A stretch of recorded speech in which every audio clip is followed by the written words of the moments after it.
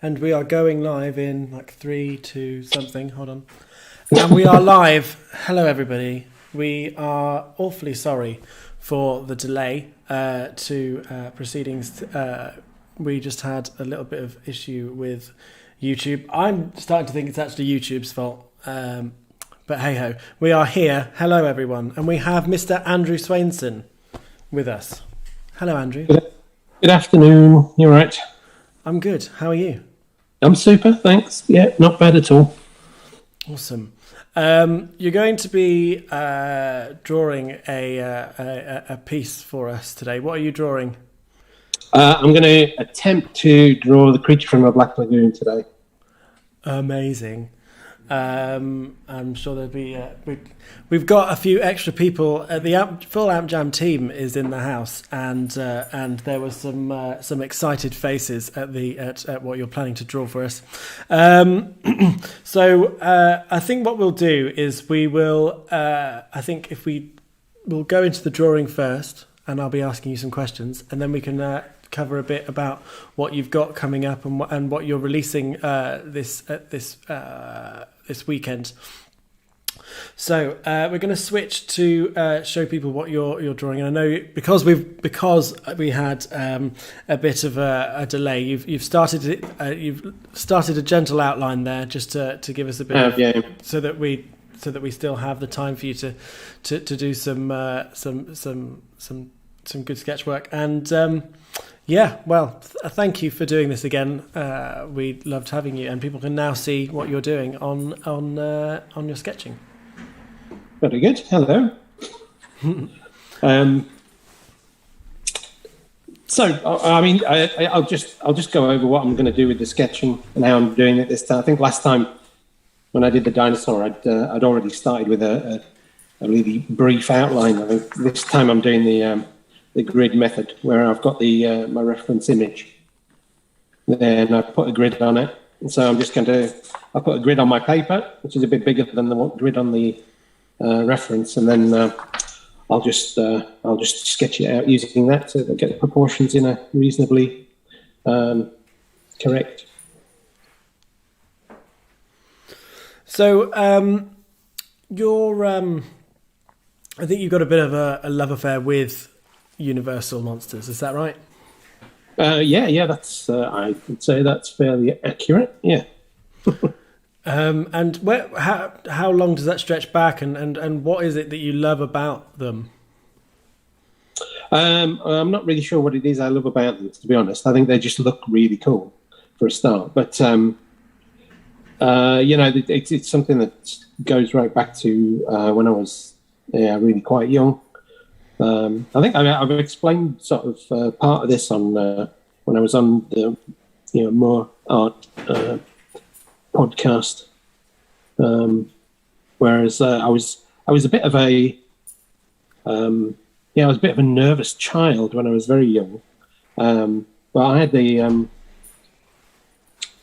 for some reason, because I was scared of these things, I was inexplicably drawn to them. So I started getting into just looking at pictures of them at first, and then I started buying like model kits of them. A great model kit series in the 60s and 70s from a company called Aurora. The box art for that was fantastic, but still is today. So all that sort of stuff had quite a big influence on me. And you've done a recent piece for Universal Monsters with Vice Press, right? Yeah, that's right. Yeah, a few weeks ago they released a print I'd done featuring sort of the main 8 monsters that we associate with that sort of franchise. I did 2 versions. Did a red sunset version, which was sold by Sideshow in the United States, and then I did a sort of monochrome moonlight version, which Vice Press are continuing to sell as an open edition. So. Yeah, and you can find that one at vicepress.com. But you've got some APs that you're dropping on your store, right? I've got APs of I've got APs of both versions, but I'm only going to sell the APs of, some of the APs of the red version at the moment. As they were only available in the United States, a lot of people didn't were a bit put off by postage and customs and everything that we have to put up with now. So hopefully a few people who wanted that red version can pick up that version from my shop, which I think is live now. Awesome. And what is your favourite universal creature, and why? Is it the creature, or is it another one? Well, I think it's probably probably toss a coin between the creature and Frankenstein. I think Frankenstein's monster before anybody gets pedantic. I think it's just the design of those two creatures is really appealing for me. So yeah, I'd say those were my faves. Sorry, I realised I'd stopped drawing them. It's okay. I tell you what. I will stop asking questions for a little bit, and we'll just let you draw for a little while if you want. Let me try and get into this multitasking business because. Okay. Well, I'll let you get into the drawing, and then I'll ask some questions. So I'm just going to put myself on mute for a minute or two, and people can just enjoy you drawing. Yeah. Am I expected to do some sort of Bob Ross type? This is your world. With some happy little trees here. Yeah.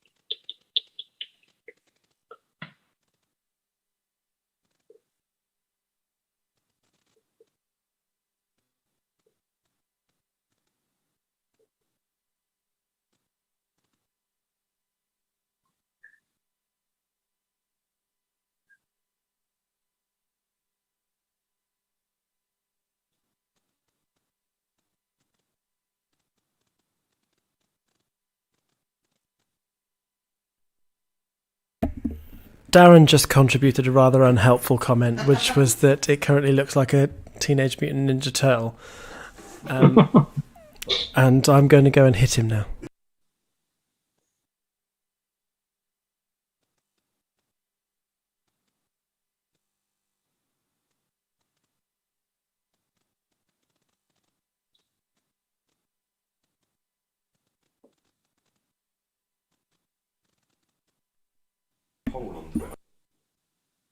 So we've got people. If you've got questions for Andrew, please do and drop them in the comments. Someone's suggested that we put some Creature from the Black Lagoon music in whilst this is going on. I don't want the video to get pulled off of YouTube for breaching copyright, so I'm not going to do that. Can hum it instead. That's Darren talking. People don't know who Darren is yet, but I think most people do. We'll put you in the naughty corner. Not as dedicated as other members. Well, I remember the humming round from the quiz last year, and it was one of the highlights. So, feel free to just strike up a tune. They're very appreciative of your kind words about the quiz. So if you've got some questions for Andy, please pop them in the comments and we'll put them to him. So you've got a few pieces coming up. You've got your APs for Universal Monsters, and you've also got a great piece which we'll put up on the screen at the end of the session for Betty Blue, and it's a really different style for you. Because a lot of the, especially if you compare it to the Universal Monsters piece, which will be sort of akin to what you're kind of doing here with the sort of portraiture, whereas the Betty Blue piece is a lot more minimalist and such. So, what was your thinking behind that piece? I suppose people can't see it, but you will see it later on. But I suppose the question should be, what made you want to try a different style? We sort of covered this a little bit last time we spoke. When we did AMPjam last year, is I don't really have a particular sort of style, and everything that I sort of imagine I want to do with each print, it's sort of it's its own thing. So I don't really I don't know why that is, because I don't, but it is. I just imagined it in a different way. That was all. I originally did that. I originally did a print for it wasn't really a print. It was just like a poster for a double bill of Betty Blue and Diva. It's quite a long time ago now, and I'd always thought about taking that idea that I had for the Betty Blue and making it, because it was mostly photographic, the thing that I did. And just working on it a bit more. And I had this idea of this hair being made out of the smoke from the burning house. I sort of wanted to do this version for quite a long time, but I just never really got around to it. And then when Post Posse were doing their tribute to Criterion, I was going to do something for Les Diaboliques, which is another one of my sort of favourite films that's on the Criterion label, but I just didn't really have a strong enough idea for it. And so I thought, actually, the Betty Blue one, I could maybe take that idea that I've already sort of explored a bit and maybe just finally get it down onto paper, really. So, which is what I did. Nice. We've got some questions in. What? Good. Nice. Right. So, Carly Draws asks, what are your favourite art materials to draw with? Well, actually, most of my stuff's digital. I only do this drawing thing because you made me. Fair. Sorry. No, I'm not really big into real life media, so I'm okay with a bit with pencils, and I do a bit of ink sometimes. Occasionally, I'll do charcoal. These aren't euphemisms, by the way. So they're that's all. That's all I do. I did recently try and do a commission for somebody in gouache, but I really just didn't get on with it. I think it's something I'd need to practice a lot more. So I abandoned that. I used to do quite a lot of painting when I was at school and at art college. I used to do quite a lot of painting with oils and stuff, but that's sort of pretty much gone by the wayside now. We've got a question from Joel Woodford, and he asks, does Andrew prefer to work well, I suppose we might be getting the answer a little bit now. He says, do you prefer to work in silence or have some background noise like music, TV or podcast? Yeah, I normally have something else on. Okay, would you like us to put some music on for you? No, it's fine. It's fine. That's fine. I'm almost at the point where I'm going to start humming myself, I think. So, okay. But no, I generally put. I usually have music on or podcasts. So, in fact, it's either one or the other.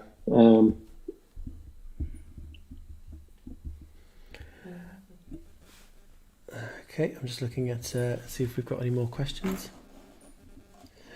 And this might be. I mean, obviously, we have our continued question throughout all the sessions, which is something about composition. But I don't want to take your mind too far away from what you're doing at the moment. But if you could tell us sort of how you usually approach composition when you're going to do a piece, like what your, not strategy, but how you devise your composition of a piece. Is it is it sketching on is it a sketch on a piece of paper, or is it going straight to the computer? Well, most of the time it's straight onto the computer and just try and get ideas out. Depends. Sometimes I will sit with a pad and a pencil and just scribble stuff down if I'm just sort of doing something else at the same time. So. But most of the time it is straight into the computer and other, it's I tend to just chase an idea that I have in my head rather than explore stuff on the page, if you like. But I think we had a little bit of a conversation about this the other day. So I don't feel like I really think too much about composition. It's things just are in the right place or they're not, so they're I think I compose in my head really, and then and then put it down on virtual paper, if you like. But Florrie was saying earlier about sometimes you've got that sort of composition in your head already, and you just sort of almost immediately just working on that, and then sometimes you sort of lose it in the process, which is it's very true. I think you find sometimes that you've got this idea in your head, and usually, quite often, it's good to get somebody else's opinion on it. I mean, I think when I was doing the Universal Monsters thing, I had a way that I was trying to work, with the composition. And when I gave it to Matt, it was one of those things where he said, "Well, it's a bit symmetrical, and maybe we could move a few things around." So, which I did, and it looked a lot better for it. So. But I think sometimes it's a lot easier to look at somebody else's work, and you can see the, for want of a better word, issues than more readily than if you've been working on something.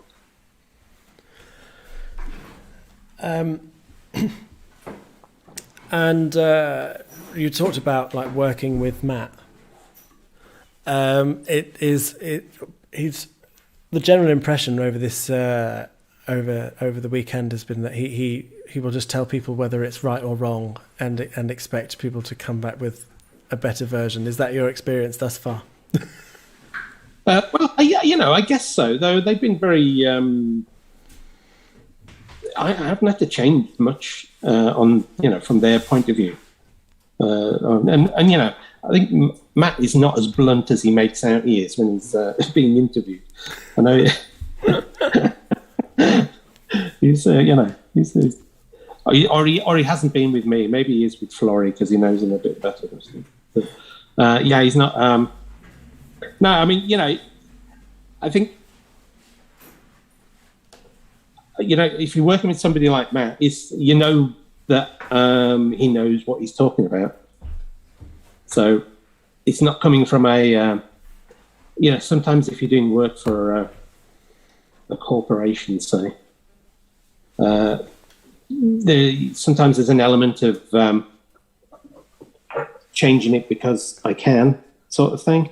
Whereas, I think Matt's only going to change it if he knows it's going to, make things work a bit better.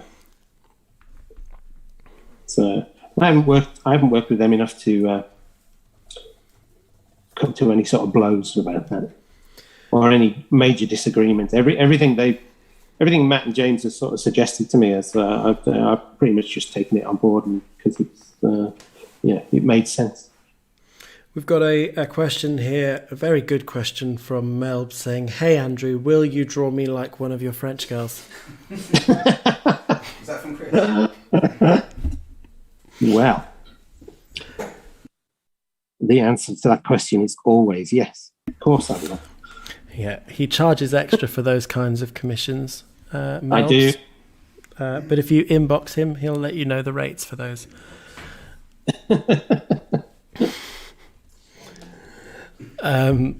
So do you have, obviously Universal Monsters is a big sort of series of movies for you, and in terms of what you'd like to do. And it'd be great to see some more stuff from you. I know that you'd quite like to tackle the characters individually. Yes. Is there anything else in particular that you'd really like to have a go at in terms of what would be on your sort of bucket list? I don't really have one. I have thought about this, and this sort of question does come up sort of quite often. Or what would you really like to do? And so, I suppose in a way, I've already done it with the Universal Monsters piece, but I really, really would like to tackle some of the movies individually. I think I'd actually find that an easier task than trying to do this last piece with lots of different characters in. I was just, when we were making that, I was just really didn't want it to make it look like a book cover, or like a box set cover or something. Which I rather fancy I've sort of failed in that aspect, because it sort of looks almost exactly like that. But I think obviously not having any text on it or anything, it instantly becomes just a nice picture, I guess, than a poster, if you like. But I'm very much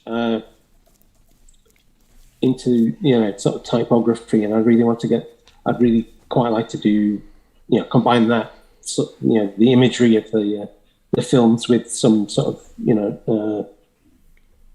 era appropriate typography.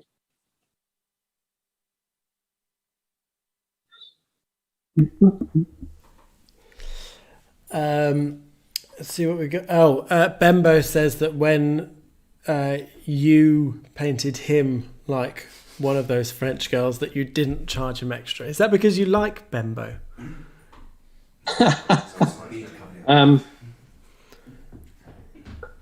To be honest, I only did it because I thought it might get me to be able to get Jock in a similar position, but it was a gateway thing. But it hasn't happened so far, so I think there was probably time wasted there, really. Well, if we have him on the channel tomorrow, we'll see what we can do. Yeah, forget it. That ship sailed. No pun intended. You're like, he had his chance. He did, yes.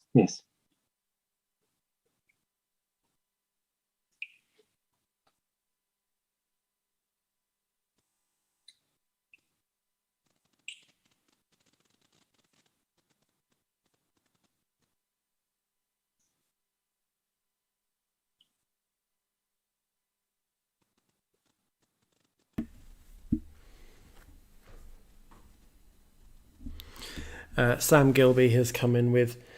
I'm not painting him one of my French girls. Okay, sorry. No, that's fine. He says, for the second year running, Andrew wins the award for the most Zen AMPjam session. Absolutely damn right it is.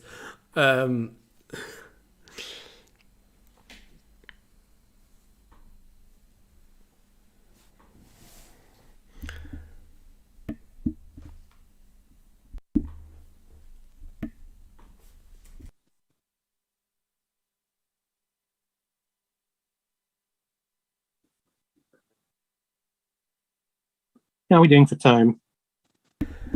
You are at 40. It's 18 minutes to, but I'm inclined to go a bit to the sort of a little bit to the wire. You might panic if I say this, but I'm inclined to go a bit to the wire so that you have a little bit more time to flesh it out, and I'm sure Matt Griffin will be fine with the session maybe starting. Matt Griffin's session maybe starting 5 minutes late.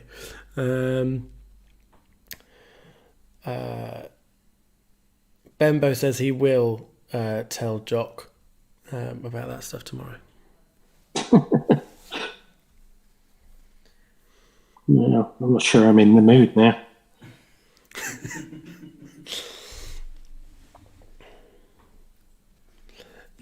So when one of the things we covered last year was the fact that you obviously posters is only a part of the kind of work that you do, and you do work for a lot of music stuff. You could tell people a little bit about that if they're not sort of aware of your sort of portfolio. Yeah, well, I mean that's how I sort of started with sort of that's where my sort of career's been since I left art college. Basically, was in sort of music industry and doing record sleeves, and see, you can say record sleeves now. There was a time when you couldn't say record sleeves because everybody goes, "What's a record sleeve, Granddad?" And you can say it now. It it makes you sort of almost cool again. But yeah, it's I started sort of working in sort of music industry stuff, doing sleeves and all that sort of assorted ephemera and what have you. But it has to be said that over the last sort of 6 or 7 years, the illustration work has gone up as the music work has sort of gone down. Really, I haven't done that much music. I still work a lot with Andy Partridge from XTC, but really beyond that, I'm not really doing any music work at all now. I don't mind. Still enjoying this. I enjoy this a lot. So. But you've done quite a few notable artists, and we had a phone call a while back, and you said you'd done work for Pixies and Frank Black, and I just completely lost it. That's pretty damn cool. Which is good because I do have the ability to say that I've given the Pixies their worst record sleeve ever, which is good. So I'm quite happy about that. Claim to fame, mate. We've got Darren Andrews asking, which record sleeve is that? They released a. They released basically their original demo tape, the purple tape. It had a bit of the sort of it's like a notoriety. It was a highly sort of collectible thing. They decided to release it on CD and vinyl quite a few years later, and so I got to do the sleeve for that. So, but I was a massive fan of Von Oliver, who designed their original sleeves and stuff. And I think I kind of I was very conscious about not trying to emulate that sort of style, and so I went in sort of quite a different direction. I think in many ways it was a sort of different direction for me. I made it sort of very I don't know. It's almost. I think the idea for the sleeve was good, but it's kind of boring. but I still sort of stand by it because I think it was the right thing to do for that Steve. Maybe it could have been executed in a different way, but I'd probably do it quite differently now. But I think I basically had the idea at some point. Pixies, they had these demo cassettes. There must have just been a big stack of these demo cassettes hanging around their manager's office. So I did a load of fake cassette covers and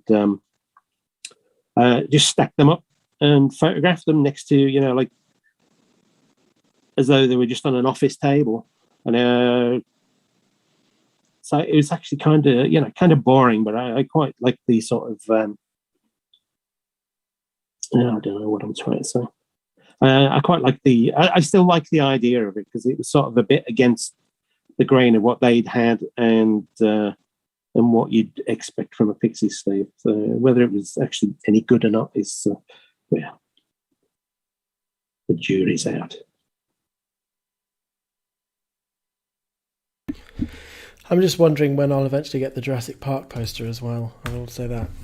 We both have a love of Jurassic Park, and last year he drew a T-Rex, which I'm honoured to actually own, which was gifted to me between Andrew and Tom Chesters of Bay Framing, who's in the comments. I hope that one day you will do a Jurassic Park poster, and it will be glorious.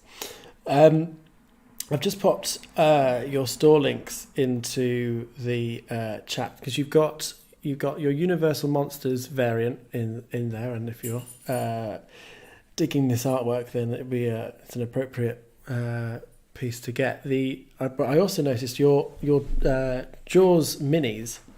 It's showing as sold out. Oh, is it? I don't think it will be. Okay, well you'll drop some more. You'll drop some more of those into the chat. Drop some more of those into the shop. They're double-sided, right? Which is pretty clever. Yeah, they're just over the last few months, I've been doing these little sort of sketchy mini things. They're really sort of just sort of warm-up sketches, really, I guess. But they're all sort of done in the same sort of style and the same sort of they've got the same sort of layout and stuff. I just thought it'd be quite good to make them available. I don't know, because they've sort of been sort of received quite nicely on online. So I thought I'd just do them in little sets.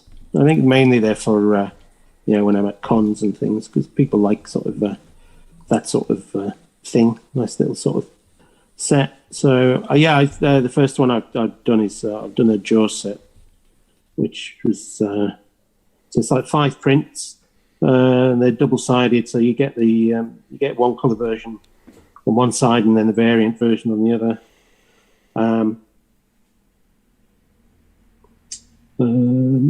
You'll do a restock on those so that people can grab one. Yeah, I'm tempted to do that right now, but I'm supposed to be drawing, aren't I? Well, I was going to say, obviously, I think you will pursue this piece to the end. Possibly it'll have to be outside of the session, obviously, as we have 10 minutes left. But in terms of the, it's me offering it to you in public, but we do have. Unfortunately, Freya Betts has been unwell, and so we do have a spare slot at 3 p.m. tomorrow if you want to do some drawing. It's up to you. It's up to you. Either way, people will see the finished piece eventually, and will it then be up for sale in some way, shape, or form? I honestly don't know. It depends how well it goes. If it looks all right, then I'll probably try and claw back a few bob out of it. But or we might do some sort of raffle or something. We could always do it as an auction. through AmpJam of some means. But we'll have a chat about a way to offer this up to people if you are happy with the finished article, of course. Yeah. So yeah, I think what we'll do is we'll if you take we'll go for another sort of 5 minutes, and then we'll show your Betty Blue on the screen, and then yeah, we'll move on to we'll need to move on to Matt Griffin.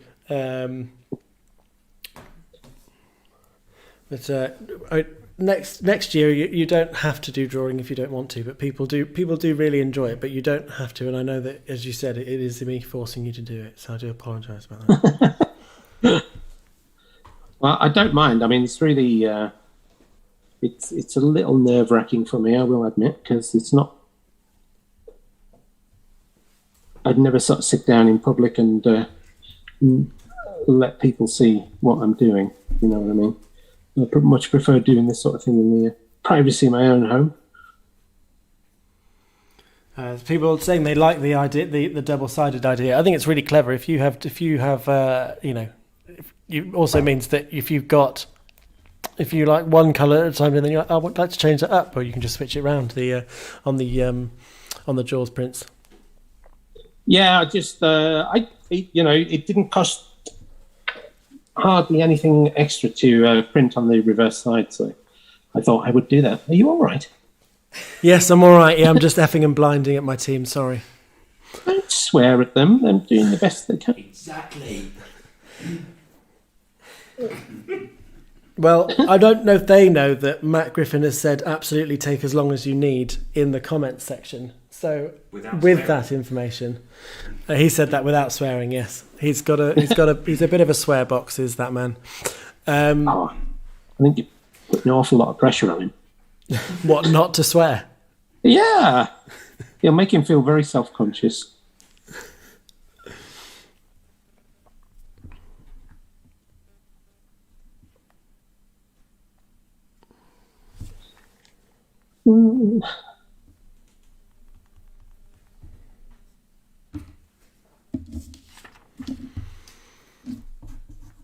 So how do you feel about?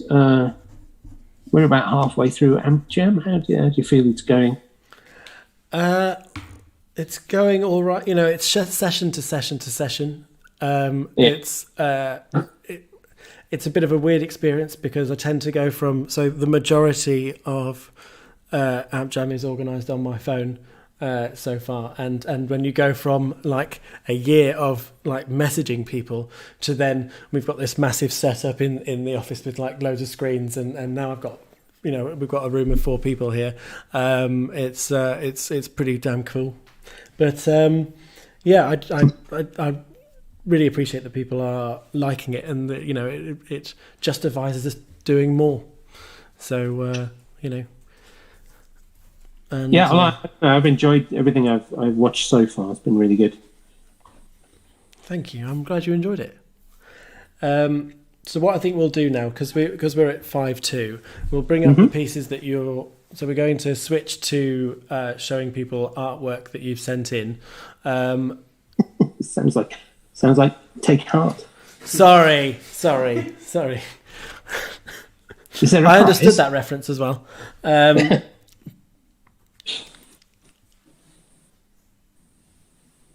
He's saying that Matt Griffin says that the accusations that he uses profanity a lot are completely unfounded. What? I think we might have to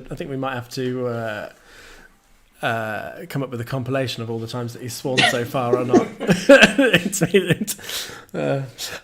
Right, so we're going to show the Betty Blue piece now, and we got. I've got to say, you sent over the art print version of this, and it's not on screen just yet, but it will be. You sent over the art print version, and the blues have come out stunning on this. It is a really gorgeous piece, and the swirls that are in the smoke and the flames are just gorgeous, and they're forming the woman's face and stuff. It's beautiful.